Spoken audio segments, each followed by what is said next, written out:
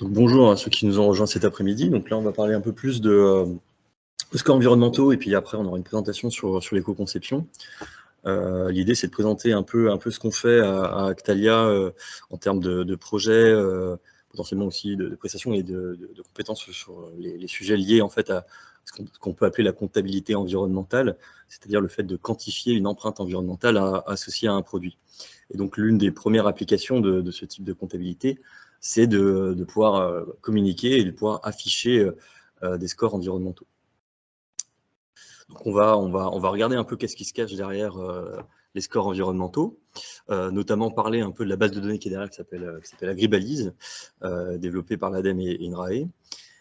Et puis, on va parler aussi un peu de ce qui s'est passé au niveau national sur l'expérimentation d'affichage environnemental pour le secteur agroalimentaire, auquel Actalia a participé du point de vue calculatoire pour le compte de l'ATLA, qui a développé un affichage pour le secteur laitier. Et puis après, on va parler un peu des enjeux de l'affichage environnemental. En gros, qu'est-ce qui est sorti de cette expérimentation et qu'est-ce qui va arriver en termes d'affichage, quel type d'affichage potentiellement, qu'est-ce qui va être pris en compte ou pas par le gouvernement. Donc, il y a encore des zones de flou, mais l'idée, c'est de pouvoir un peu dégrossir tout ça. Donc, qu'est-ce qu'on va appeler affichage environnemental? Donc, affichage environnemental quantifié ou score environnemental, donc ça a pour but de rendre transparent pour le consommateur une information environnementale liée au produit. Donc, on n'est pas forcément sur un bilan carbone qui va être vraiment associé à une organisation, à une entreprise, mais là, on va associer vraiment une valeur quantifiée liée à une information environnementale sur le produit, liée au produit. Donc, ça va être potentiellement disponible à l'achat par les consommateurs. Donc le score a pour but de rendre compte de l'empreinte environnementale du produit agroalimentaire. Et donc c'est pour ça qu'on va un peu définir qu'est-ce qu'une empreinte environnementale et qu'est-ce qu'il y a derrière un scoring environnemental. Alors une petite définition de l'empreinte environnementale et qu'est-ce que ça peut, quel périmètre, qu'est-ce que ça prend en compte. Donc ce qu'il faut savoir déjà, c'est ça paraît bête comme ça, mais un produit va générer des impacts sur l'environnement, positifs ou négatifs, tout au long de son cycle de vie. Donc pas seulement au moment de sa production, donc c'est pour ça l'idée c'est d'aller au-delà du site de transformation, mais pouvoir aussi avoir des informations au niveau de la production agricole, des transports, d'extraction des matières premières, pour les emballages notamment, confection des emballages, ça peut être pris en compte, tous les différents transports de la chaîne de valeur pour aller jusqu'à la commercialisation, la distribution, et puis potentiellement la consommation aussi chez le consommateur, s'il y a besoin de cuisiner le produit ou autre chose. Jusqu'à la fin de vie des emballages, qui peuvent être également pris en compte, notamment s'ils sont recyclés. Donc, ce qu'il faut avoir en tête, c'est que toute production humaine, en fait, de toute manière générale, n'importe quel, que ce soit un produit ou un service, va avoir un impact positif ou négatif sur l'environnement, notamment parce qu'on va avoir besoin de matières premières, de ressources qu'on va collecter de l'environnement et d'énergie pour pouvoir fabriquer n'importe quel produit agroalimentaire. Et au-delà des matières premières qu'on va prélever de l'environnement, on va générer également des émissions à plusieurs étapes du cycle de vie. Donc l'idée, c'est de pouvoir un peu quantifier et de voir un peu une vision, une cartographie des différentes émissions et matières premières prélevées aux différentes étapes du cycle de vie du produit. Donc c'est pour ça qu'il n'y a aucun produit avec zéro impact. On va avoir des impacts différenciés en fonction du type de produit qu'on va analyser. Il y a des informations, je lirai après. En ce qui concerne les différents types d'impacts environnementaux, donc au-delà du fait qu'on va avoir des impacts sur différentes étapes du cycle de vie, on va avoir également différents types d'enjeux environnementaux qui vont être quantifiés.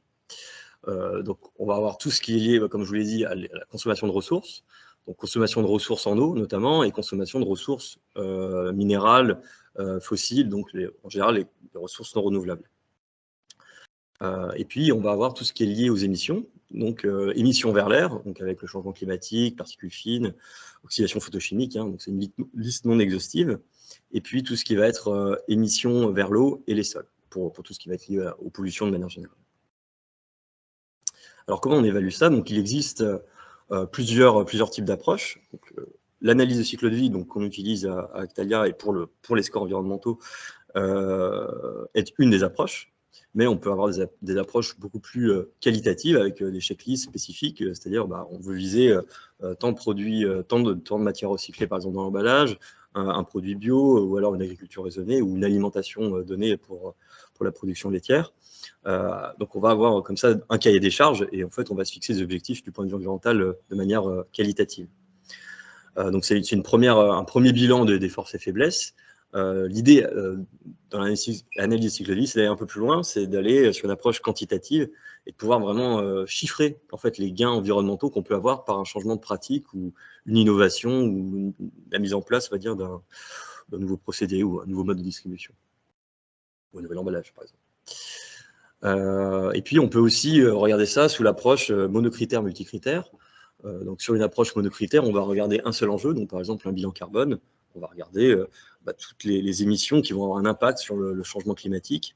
Et donc on va regarder les émissions, on va dire les kilos de CO2 équivalents liés à soit un produit, soit une organisation ou une entreprise. Mais ça ne va rien nous dire en effet sur l'empreinte eau, par exemple. Donc l'idée, c'est d'avoir cette approche-là un peu multicritère et d'identifier des transferts éventuels de pollution. Donc par exemple, de se dire, si je mets en place telle technologie, peut-être que je vais réduire mes consommations d'énergie, mais je vais augmenter mes consommations d'eau ou de détergents. Et de voir la balance et de voir quels sont les gains et quels sont les pertes. Donc juste pour résumer un peu l'approche ACV, donc je pense que c'est important de la résumer parce que c'est un peu ce qui va être à la base de toutes les présentations sur l'affichage environnemental et sur l'éco-conception. Donc on est sur une approche, voilà, comme je disais, donc multicritère, avec un listing des consommations d'énergie et des ressources nécessaires pour produire une certaine quantité de produits, et puis un listing des différentes émissions, différentes étapes. Donc une approche standardisée, donc elle a bien sa norme ISO 14040. Donc il faut par exemple faire une revue critique pour pouvoir publier ce genre de choses quand on veut communiquer. Donc il y a toujours une revue critique externe pour vérifier de la plausibilité des données. Et puis c'est vraiment une approche qui est, on va dire, qui est privilégiée par la Commission européenne. Et puis maintenant, clairement privilégié par le gouvernement français, notamment pour faire de l'affichage environnemental. Et ce qu'on peut dire, l'ACV, en fait, si on pouvait la définir très simplement, c'est une conversion en fait, de plus de matière et d'énergie qu'on liste et qu'on va dire, transformer, convertir en impact potentiel sur l'environnement. Donc, je parle bien d'impact potentiel parce qu'on est sur de la modélisation, donc ça a ses limites. Ça permet d'avoir des ordres de grandeur et ça permet voilà, de pouvoir voir des choses qu'on ne verrait pas de manière qualitative. Et puis, dernier point qui est vraiment important, c'est qu'on est vraiment ici attaché à la fonctionnalité du produit. C'est-à-dire qu'on ne va pas quantifier en fait en soi un produit du point de vue environnemental, mais on va quantifier, on va dire, le service rendu par ce produit. Et c'est cet aspect-là qui est important et qui est aussi un peu difficile à appliquer en agroalimentaire parce que c'est très difficile de définir quel est le service rendu par un produit alimentaire. Parce que les services sont multiples et sont très très différents en fonction des produits agroalimentaires. Donc un petit point sur la base de données Agribalise, donc au cas où vous ne le saurez pas ou si vous n'en avez pas entendu parler. Donc c'est une base de données, ce qu'on appelle base de données ACV, française donc pour l'agroalimentaire et qui vise en fait à définir et à donner l'impact environnemental d'un kilo d'aliments, alors que ce soit en sortie de ferme, soit directement aussi maintenant sur la base de données 3.0, un aliment disponible on va dire, au supermarché. Donc c'est une base de données qui se base en effet sur l'ACV, donc à la fois multicritère, multi-étape, donc c'est ce que je vous ai parlé auparavant, et qui on va dire, définit les différents types de produits qui sont modélisés en fonction de la base de données SQL. Donc ils ont un peu copié, on va dire, la nomenclature SQL pour catégoriser les produits à identifier. L'idée, c'est pouvoir un peu faire le pendant du Nutri-Score et avoir aussi voilà, quelque chose d'un peu cohérent au niveau français. Donc j'en parlerai aussi un peu par la suite, mais voilà, il y a des développements encore méthodologiques qui sont nécessaires. Et puis voilà, ça reste une méthode voilà, qui est vraiment centrée sur le produit, qui est complémentaire à d'autres approches qui sont peut-être des approches territoriales, locales, etc. Des études d'impact sur site, voire au niveau de la production agricole, qui sont différentes. Et puis voilà, donc voilà, sans suspense, voilà, c'est une base de données qui sera support, probablement, voire même quasiment certainement, à l'affichage environnemental. Alors, qu'est-ce qu'il y a derrière cette cette base de données en termes d'indicateurs. Donc, on va avoir une quinzaine d'indicateurs, 14 exactement, avec un score agrégé. Donc, je vais vous montrer un peu comment c'est calculé. Alors, savoir que ces indicateurs, en fait, ont été déterminés au niveau européen, selon une méthodologie, on va dire, européenne, qui s'appelle le PEF, pour Product Environmental Footprint. Et donc, on va dire, l'ADEME a choisi de réutiliser cette méthodologie-là pour définir ces indicateurs au niveau français pour l'affichage. Donc, à savoir qu'il y a différents types de robustesse en fonction des indicateurs. Donc, tous ne se valent pas en termes de confiance. Et donc, voilà, c'est pour ça qu'il y a aussi des développements méthodologiques qui sont toujours en cours pour pouvoir améliorer la modélisation de ces indicateurs. Alors, juste pour vous montrer un peu, du coup, je vous ai parlé de score unique, de savoir un peu qu'est-ce qu'il va y avoir derrière ce score unique. Parce que, comme vous avez pu le voir tout à l'heure sur la présentation, il y avait énormément d'indicateurs. C'est très difficile de compréhension et évidemment, pour le consommateur, on ne va pas afficher 16 valeurs. Donc, l'idée, c'est de pouvoir, on va dire, agréger les différents indicateurs environnementaux, synonymes, enfin, représentant les différents enjeux, et de pouvoir faire un score unique agrégé à partir de ces indicateurs. Donc, on va, en fait, dans Agribalise, pouvoir avoir un listing des valeurs numériques, les quantités de CO2, les quantités de mégajoules par kilo de produit. Donc, c'est vrai que c'est quelque chose que je n'ai pas précisé, mais là, on est bien sur le kilo. Donc, c'est l'unité fonctionnelle ici. Et ça a toute son importance sur l'impact sur les résultats, et notamment en termes de comparaison. Et à cette valeur numérique, en fait, on va normaliser ces valeurs pour pouvoir ensuite pondérer chaque indicateur avec un système de pondération qui a été défini par la méthodologie européenne et la Commission européenne. Et donc là, vous pouvez voir en fait ici les différentes pondérations qu'il y a pour chaque indicateur et qui constituent le score unique. Comme vous pouvez le voir, le changement climatique a beaucoup plus d'importance ici. Alors pourquoi? À la fois parce que c'est un indicateur qui est très fiable, il est basé sur la méthodologie du GIEC en termes de modélisation. Et puis également, c'est un enjeu environnemental qui est considéré comme prépondérant dire par la société civile et par les experts. Donc, en ça, voilà, c'est un peu un mix de ces deux critères qui ont été sélectionnés pour pouvoir définir la pondération ici. Et en pondérant, en fait, derrière, on arrive à un score unique par kilo de produit. Et c'est ce score-là. Alors, ce ne sera pas celui-là exactement qui sera affiché, mais qui servira de base, en tout cas de calcul, pour après afficher des scores environnementaux. Donc, à savoir que voilà, il y a différents types de qualité de données et que tous les scores ne se vaut pas. Donc, ça, c'est une information qui est intéressante et qui probablement ne sera pas disponible très facilement et très compréhensible par le consommateur. Mais c'est le DQR pour Data Quality Rating.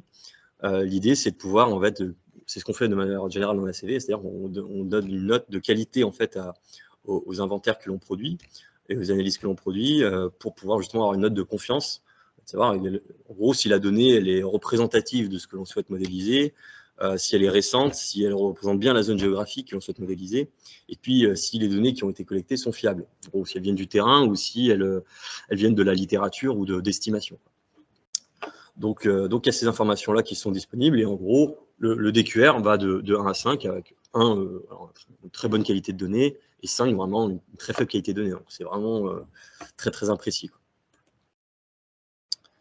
Donc là, c'est ce qui est disponible directement publiquement sur Internet, sur le site agribalise.adem.fr. Et donc, vous avez en fait le listing de tous les produits, on va dire, agroalimentaires de la base de Agribalise, avec le score, comme vous pouvez le voir sur la gauche ici, le score environnemental PEF par kilo de produit. Vous avez le DQR ici, qui a l'indice de qualité. Un petit détail sur le changement climatique, qui est l'indicateur le plus prépondérant, le plus pondéré, et puis une répartition de l'impact en fonction des étapes du cycle de vie ici. Et puis après, vous avez aussi potentiellement l'info numérique sur tous les indicateurs, si vous avez besoin de ça. Donc là, c'était l'exemple du camembert, mais pour l'instant, sur la base de données 3.0, tous les fromages pâte molle ont la même note. Fromage pâte molle, lait de vache.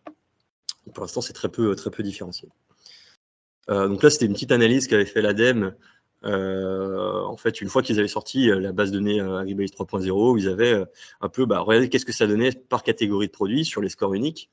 Ce qui peut donner un peu un ordre de grandeur, un ordre d'idée de ce qui pourrait ressortir en termes d'affichage environnemental et de comparaison de, on va dire,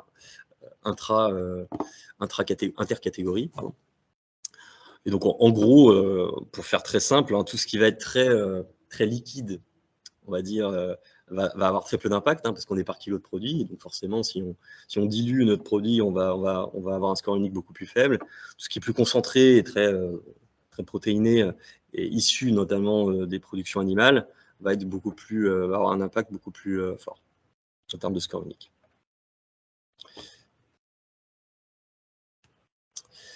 Pour revenir rapidement sur la qualité des données, donc il y a une très forte variabilité des données, de la qualité des données, pardon, et qui questionne aussi un peu sur la fiabilité des comparaisons qui seront faites sur le marché, notamment pour les produits qui sont un peu concurrentiels, notamment les produits laitiers, de leur alternative végétale. Voilà, donc on a des données qui sont françaises, issues du terrain pour certaines catégories de produits laitiers, alors que c'est beaucoup moins le cas sur les produits végétaux, avec des études qui au niveau, on va dire, qui ont été faites il y a longtemps et qui sont peut-être plus à jour. Donc voilà, il y a aussi une disparité là-dessus qu'il faudra faire attention, à mon avis, aussi dans ce système de scoring environnemental. Alors, quelques limites affichées. Alors, attention, là, c'est vraiment une analyse qui a été faite sur la version 3.0, à savoir qu'il y aura des mises à jour, et notamment une nouvelle mise à jour sur Agribalis à la rentrée, avec la version 3.1, et que il y aura des choses qui ont été prises en compte, qui sont bien différentes de ce que je vais avancer ici.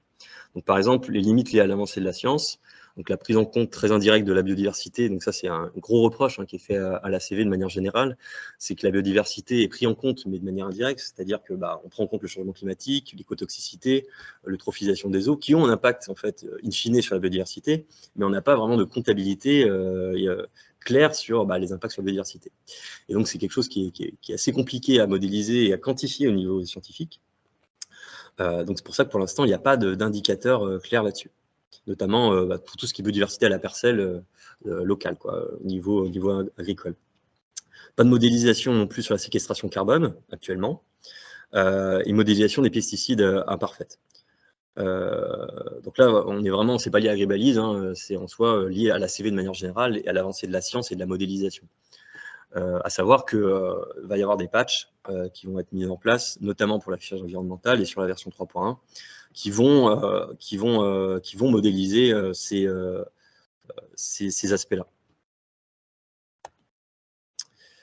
Donc pour l'instant, il y a encore des produits qui sont très mal modélisés, donc avec des DQR élevés, mais qui restent quand même disponibles publiquement. Donc ça peut aussi poser question.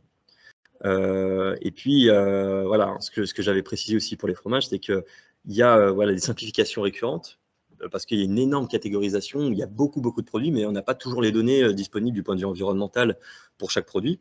Et donc, il y a pas mal de copier-coller aussi. Et donc c'est des choses qui vont évoluer. Là, c'est sur la version 3.0. À la rentrée, déjà, tous les fromages, en théorie, s'il y a bien eu une application des recommandations qui ont été faites, il devrait y avoir une distinction entre chaque fromage en fonction des rendements laitiers, ce genre de choses. Donc, ce qu'il faut retenir, c'est qu'en effet, il y a des limites, mais ça reste néanmoins une base de données qui est en constante évolution. Donc, Actalia, en fait, fait partie du groupe d'intérêt scientifique Revalim, qui travaille de concert avec l'ADEME, avec l'INRAE, et qui vise avec l'ACTA, en gros, tous les autres instituts techniques, et qui vise à faire évoluer la base de données pour qu'elle soit la plus représentative possible des différents secteurs agroalimentaires. Et donc l'idée, c'est de collaborer, de pouvoir mettre en place de nouvelles méthodologies et de mettre à jour la base de données de la meilleure manière possible.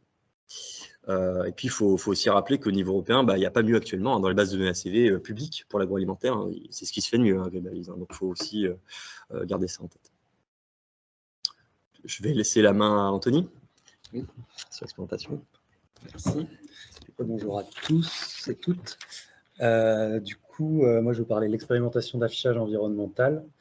Je vais vous parler pour ça d'abord des origines réglementaires. Donc, il y a 2 textes de loi qui ont initié cette expérimentation.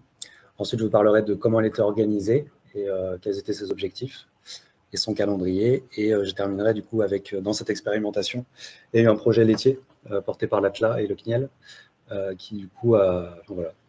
Il y a eu un projet secteur laitier dans cette expérimentation. Donc, je vous en donnerai quelques informations.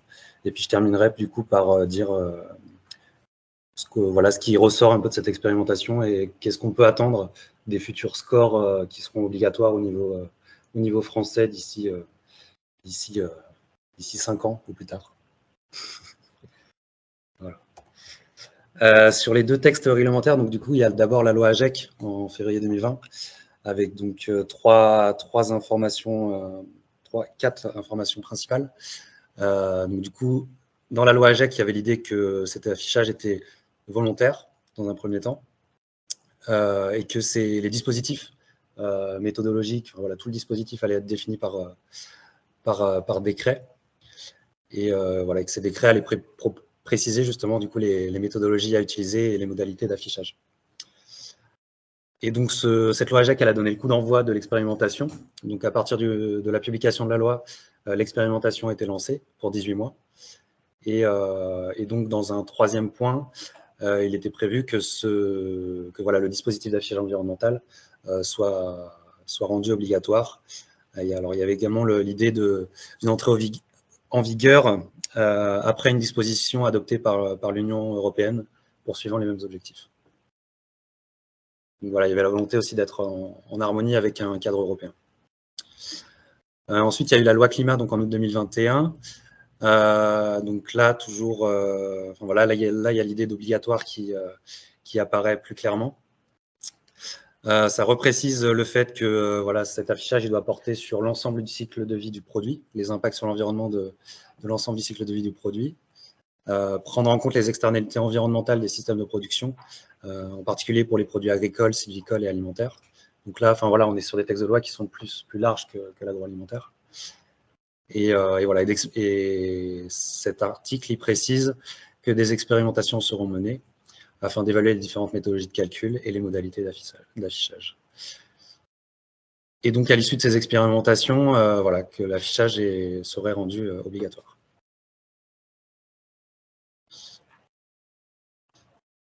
Alors, cette expérimentation, sa définition et son objectif. Donc, quand on parle d'affichage environnemental, donc ça, c'est les définitions de l'ADEME qui sont disponibles sur le site de l'ADEME, dédié à l'affichage.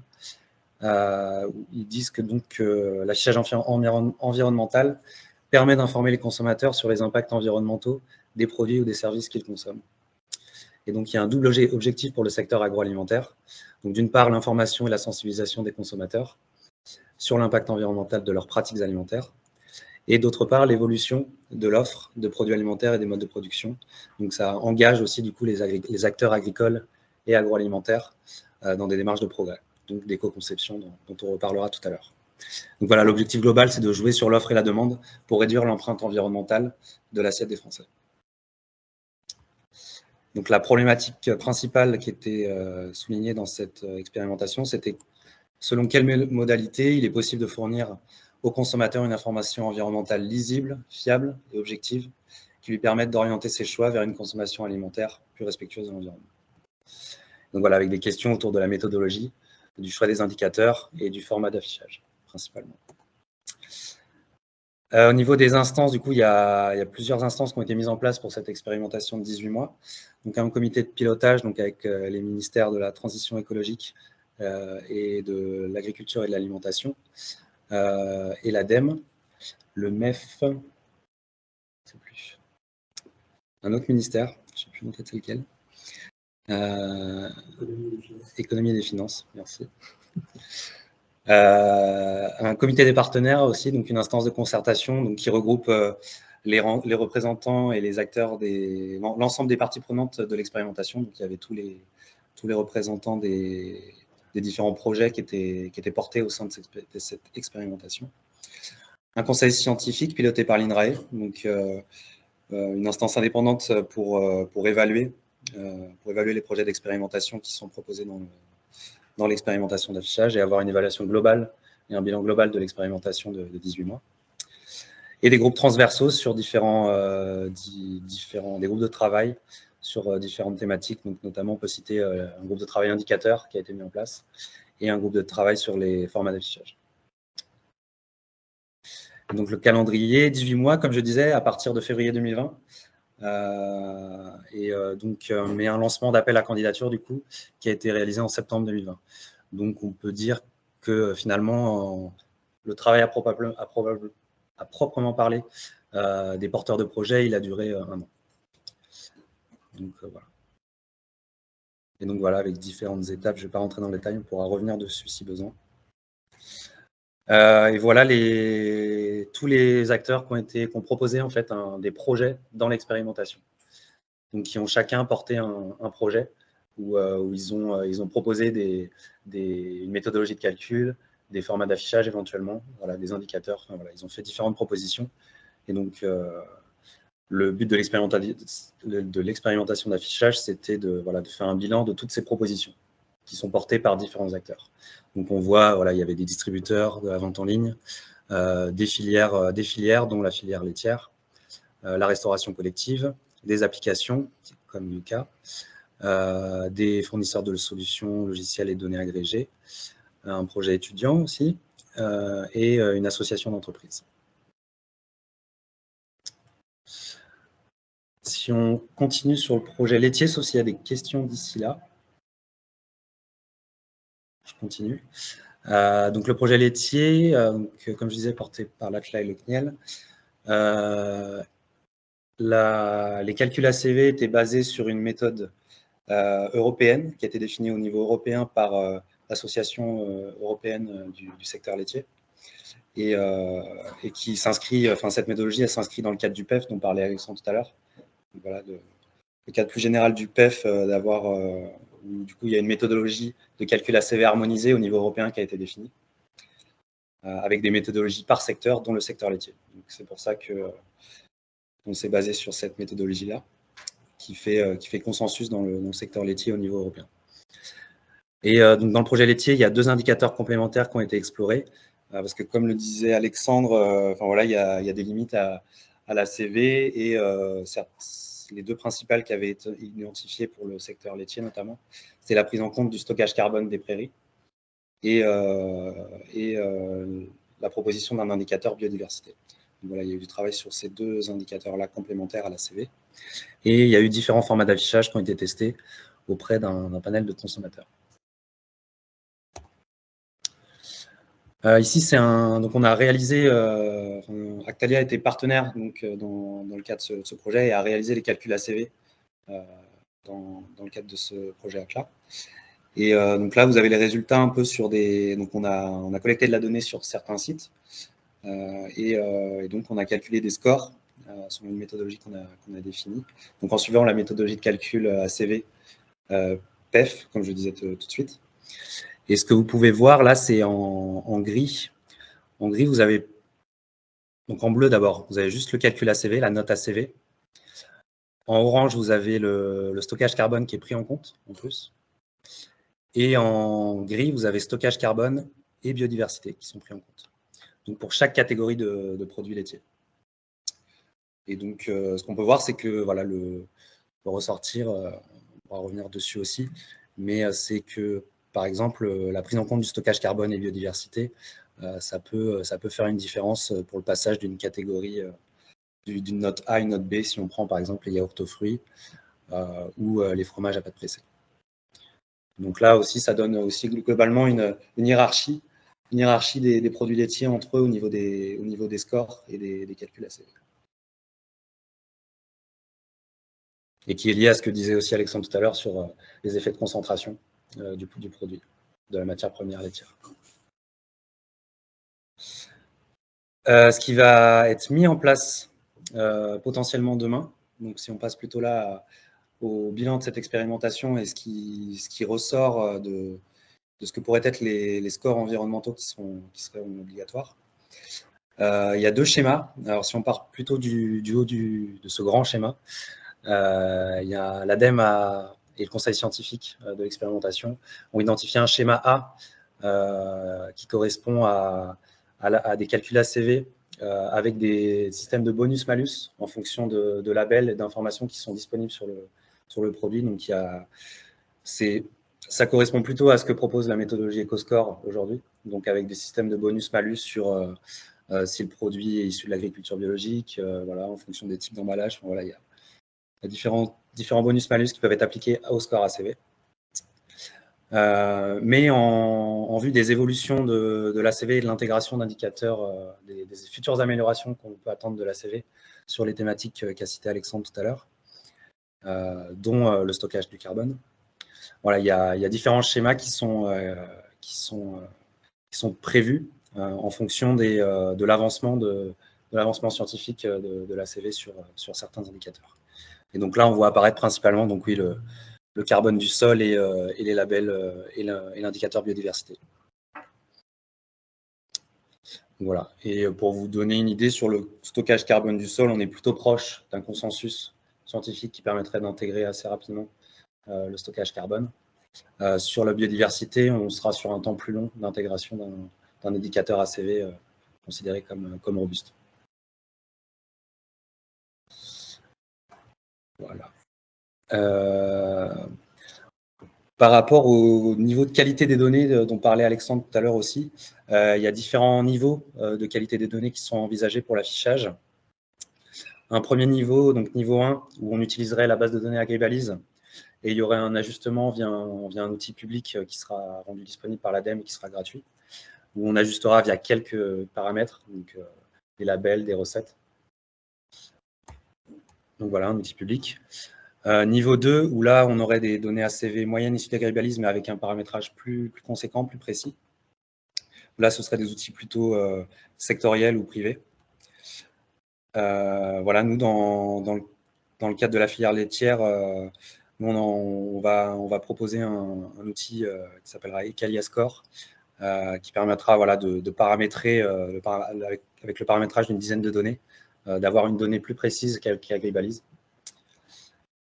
Et dans un niveau 3, voilà, des données ACV plus spécifiques à l'entreprise. Donc là, on serait plus proche voilà, d'une ACV complète, avec une qualité de données vraiment très forte.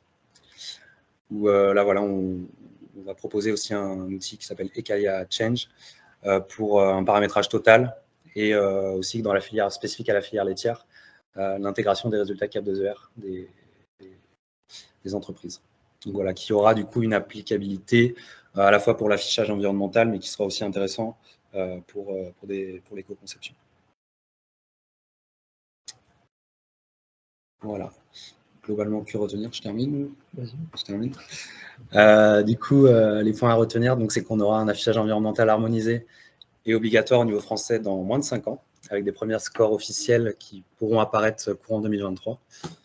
Voilà. L'ACV, dans ce cadre-là, est privilégié pour servir de base scientifique et Agribalise servira de référence méthodologique et aussi comme source de données moyennes. Il y aura des indicateurs complémentaires pour combler les limites actuelles de l'ACV, avec des limites qui seront intégrées à l'ACV progressivement, notamment avec le groupement interscientifique dont parlait Alexandre, Revalim. Le score agrégé semble privilégié par rapport à un affichage multi-indicateur. Il y aura différents niveaux de spécificité de données qui seront proposés, avec différents outils, du coup, comme je le disais à l'instant. Et voilà, la comparaison se fera sur l'ensemble des produits alimentaires. Donc, on comparera tous les produits alimentaires entre eux par rapport au kilogramme de produits. Donc voilà, nous, dans ce cadre-là, on propose un outil Ecalia qui sera disponible pour aider les entreprises du secteur laitier à réaliser des scores de niveau 2 et niveau 3.